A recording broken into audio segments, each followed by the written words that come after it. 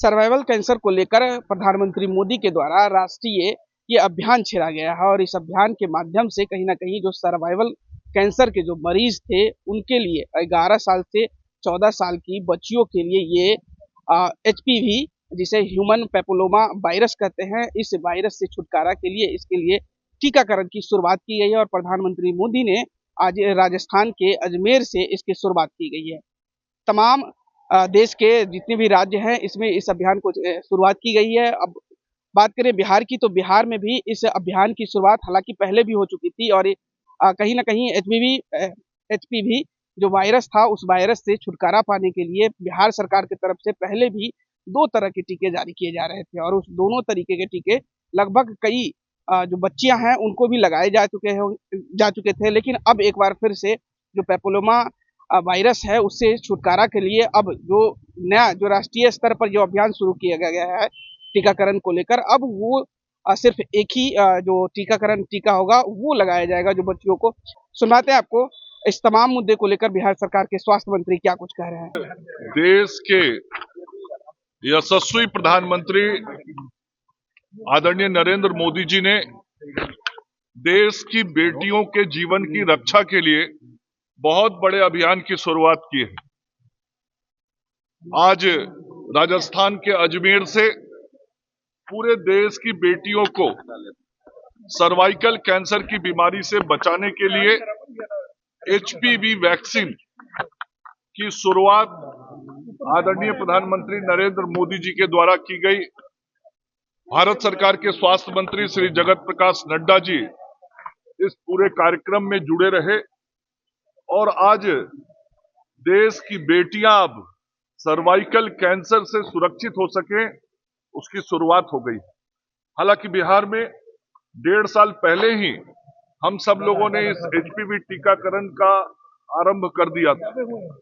आज पूरे देश में आदरणीय प्रधानमंत्री जी ने बेटियों के जीवन को सर्वाइकल कैंसर की बीमारी से बचाने के लिए इस HPV का टीका देना शुरू करवा दिया है। बिहार में भी 13 लाख टीका इस वर्ष देने का लक्ष्य रखा गया है। 6.5 लाख टीका बिहार में उपलब्ध करा दिया गया है। आज पटना सहित विभिन्न जिला केंद्रों पर टीकाकरण की शुरुआत कर दी गई है।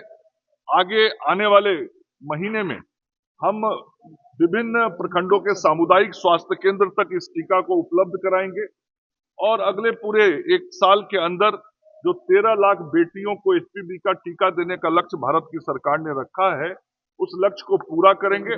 और हम भारत सरकार के आभारी हैं आदरणीय प्रधानमंत्री जी और स्वास्थ्य मंत्री जी के कि अब बिहार को ये सभी HPV के टीके मुफ्त में मिलेंगे।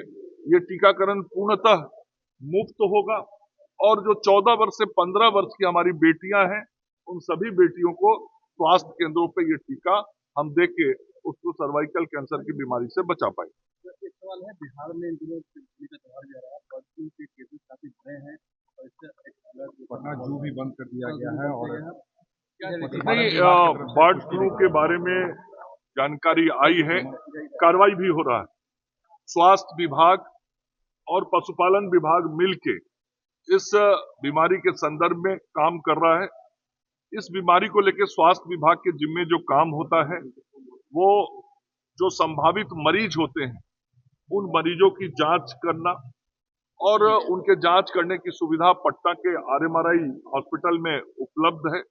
एक किट में 60 सैंपल का टेस्ट किया जाता है और साथ ही जो इस बीमारी से मरीज परिलक्षित पाए जाते हैं उनको दवाइयां उपलब्ध कराई जाती है।